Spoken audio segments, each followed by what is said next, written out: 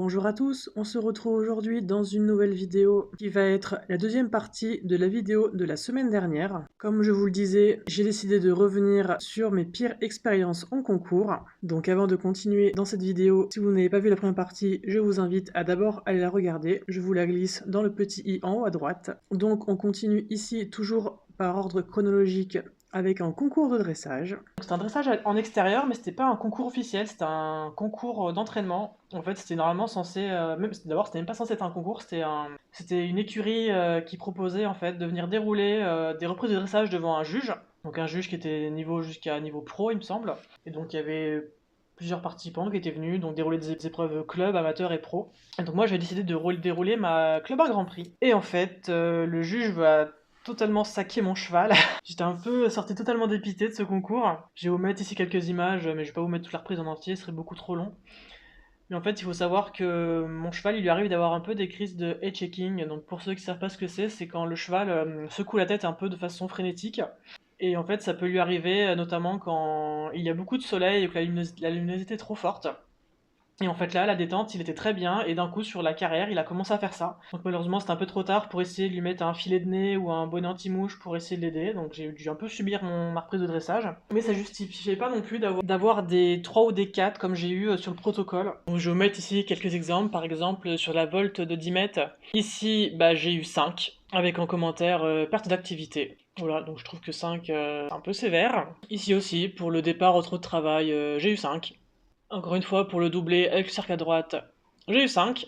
Donc même si c'est vrai que si on peut voir que mon cheval secoue beaucoup la tête, il est vraiment très gêné par les mouches. Ici, pour mon doublé avec la transition au pas, j'ai eu 4. Certes, la transition est un petit peu trottée, mais c'est un peu le cas sur tous mes concours, et pourtant en général j'ai 6 voire 6,5. La Serpentino Gallo, il m'a mis 5,5. Alors certes, je trouve que mon tracé est un peu pourri parce que je fais presque une diagonale là pour tricher. Il se trouve qu'en fait, lui m'a noté que ma première boucle était trop petite et la deuxième était trop grande. Alors je suis pas d'accord avec ça. Je trouve surtout que c'est mon tracé qui est pas bon. Enfin le tracé entre la 1 et la 2 surtout. Pareil, le demi-cercle à la fin où il faut avancer les mains, il m'a mis 5. Enfin voilà, c'était un concours où j'ai eu beaucoup de 5, beaucoup de 5, et en fait à la fin on s'est retrouvé avec une note de 59,33%. Et en plus à la fin il faisait un commentaire au micro devant tous les participants qui étaient là. Donc je vous raconte pas la honte, quand il a commencé à me descendre, il a commencé à me dire que mon cheval, ses allures ça allait pas du tout, qu'il manquait de rebond. Je rappelle, je déroulais une club, hein, pas une épreuve amateur. Qu'est-ce qu'on demande du rebond à un cheval en club? D'ailleurs c'est pour ça que je déroule les épreuves club, je suis pas bête.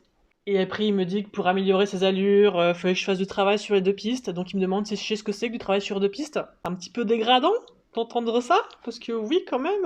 Donc voilà, et pareil à la fin, enfin, c'était pas très. C'était l'inverse de la pédagogie, je trouve, ça donnait pas trop envie de refaire du dressage, quoi. Donc heureusement que je savais qu'en concours, de manière générale, ça se passait bien. Donc ça m'a pas trop découragé, mais une personne qui fait pas forcément de concours et qui vient un peu ici pour tester, tu reçois ce genre de commentaires, t'as pas envie de recommencer, quoi. On continue, on avance dans le temps. Cette fois-ci, on est en janvier 2024. Et en fait, c'est un concours que j'ai fait de façon un peu prématurée, car le cheval sortait de blessure, donc ça faisait 3 mois qu'il était arrêté, et ça faisait 2 mois qu'on avait repris le boulot. Et donc, je devais de base dérouler la club 1 et la club élite. Mais pareil, j'ai déjà fait une vidéo commentée sur ce concours. Je vous invite à aller la voir si vous voulez voir tous les détails. Mais pour revenir brièvement, c'était un concours, encore une fois, il faisait très froid et que la carrière était à moitié gelée. Ce qui fait que les conditions de détente n'étaient pas top.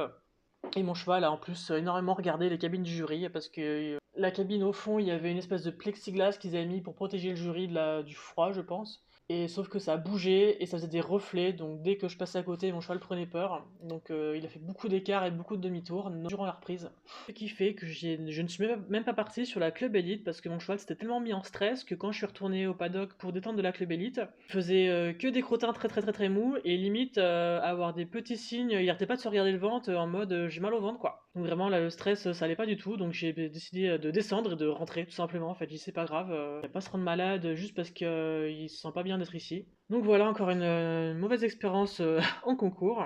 Et on arrive cette fois-ci avec le dernier concours qui est beaucoup plus récent, donc qui a eu lieu pendant le printemps du style à la Motte en avril 2024. Donc pareil, je vous en avais parlé sur la vidéo de l'époque, mais en fait sur le Premier jour de concours, en fait, mon cheval a fait 2 refus de façon un peu inexpliquée sur le premier obstacle. Et en fait, on sera éliminé 3 obstacles plus loin sur un tout petit saut de puce. Pareil, j'ai pas compris pourquoi il s'est arrêté sur le saut de puce. Et ce soir-là, j'ai beaucoup pleuré parce que j'ai pas compris pourquoi mon cheval s'arrêtait comme ça en concours. C'était un peu la première fois qu'on était éliminé en Hunter. Donc c'était un peu la douche froide, mais heureusement les 2 jours suivants se sont beaucoup mieux passés, donc j'ai pu un peu aller de l'avant, et derrière les championnats se sont très bien passés, comme vous avez pu le voir sur les vidéos que j'ai publiées à l'époque. On va terminer avec quelques petites anecdotes de concours. Donc on commence avec la plus vieille, donc c'était un concours de Hunter qui avait lieu, c'était en octobre ou en novembre de 2019, ou c'était 2019 il me semble de mémoire. L'organisation a pris beaucoup de retard en fait dans les horaires. On s'est retrouvé à passer en fin de journée, sauf qu'en hiver il fait nuit très tôt. Donc on s'est retrouvé à dérouler en nocturne. Et sauf qu'en fait, vous allez voir les images. Voilà, le projecteur s'est coupé en plein durant mon tour. Qui était assez cocasse. En plus de ça, donc c'était un truc particulier qui avait besoin de refroidir puis de réchauffer avant de refonctionner. Qui fait qu'en fait, au bout de 15 minutes, le truc était toujours pas rallumé. Donc en fait, le jury a dit bah on annule la fin de l'épreuve quoi. Donc voilà, pas pu finir mon tour, je commence à rentrer sur le parking et en fait, j'ai à peine eu le temps de déceler, je crois qu'ils ont réussi à rallumer le projecteur, donc ils sont venus nous chercher sur le parking en demandant aux quelques partants qui restaient si on voulait finir notre concours en fait. Donc moi je me suis dit bah oui, j'ai pas envie d'être venu ici pour rien quoi. Donc je me suis remise à cheval, j'ai ressauté un obstacle à la détente et en fait ce que le jury m'a proposé de faire c'est de refaire tout mon parcours, mais de reprendre la notation que au niveau où la lumière s'était éteinte. Comme ça pour avoir le même rythme que le reste du parcours. Donc ce que j'ai fait, et ça s'est très bien passé, mon cheval a vraiment pas du tout été perturbé par les conditions. Ce qui fait qu'on a même remporté notre épreuve ce jour-là. Donc ensuite, on va voir 2 petites anecdotes qui sont un peu moins marrantes. Donc la première, c'était sur un concours de dressage, il y a quelques années aussi. C'est une écurie où depuis je ne vais plus, suite à cette réflexion. Car en fait, ce qui s'est passé, donc concours de dressage, ou comme concours de saut, ça veut dire pantalon blanc. Et en fait, j'avais. Donc, avec la pluie. C'était un jour où il pleuvait beaucoup. Et en fait, en descendant de cheval, je me suis rendu compte que mon pantalon blanc était devenu quasiment transparent. Ce qui fait qu'on voyait ma culotte en dessous. Donc, bon, j'ai quand même un petit peu de dignité. Ce qui fait que quand j'ai fini mes 2 reprises, je me suis changé. Tout simplement, déjà par confort, pour plus être trempé. Et aussi pour plus que les gens voient ma culotte, tout simplement. Et en fait, donc après, je suis allé à la remise des prix pour récupérer mon protocole, en ne sachant pas que si j'allais être classé ou pas. Sauf qu'en fait, je me suis retrouvé classé, même bien classé, je crois que j'étais sur le podium. Et sauf que du coup, vu que j'étais plus en tenue, et ben la présidente du jury m'a fait la morale en me disant que la prochaine fois qu'elle me voyait en plus en tenue de concours à une remise des prix, elle me donnerait pas mes lots. Voilà, j'étais vraiment sur le cul, puis elle dit ça devant tout le monde, pareil. Donc bonjour la honte.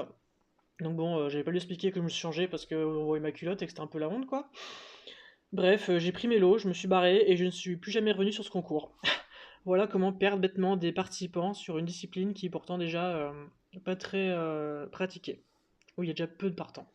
Et donc on arrive enfin à la dernière anecdote, qui est très récente, qui a eu lieu en mars 2023, et qui était aussi sur un concours de dressage. Et en fait, comme vous pouvez le voir en fait sur mon bridon actuel, donc c'est un bridon qui est conçu sans sous-gorge de base, parce que la sous-gorge est un bout de cuir qui ne sert à rien, à part être esthétique, on va dire. Et en fait, donc donc j'ai déroulé mes 2 reprises, et en fait, il y avait la présidente du jury qui, après ma deuxième reprise, est venue me voir à la sortie de la piste pour me parler de mon bridon, que selon elle, le fait qu'il n'y ait pas de sous-gorge, ça respectait pas le règlement. Donc sur ce, je lui ai répondu que moi, ça faisait à l'époque 2 ans au moins que je déroulais avec mon bridon et qu'on m'avait jamais fait de remarques sur la sous-gorge. Que l'année d'avant, j'avais fait le championnat de France à la motte avec, et que pareil, on m'avait rien dit sur la sous-gorge.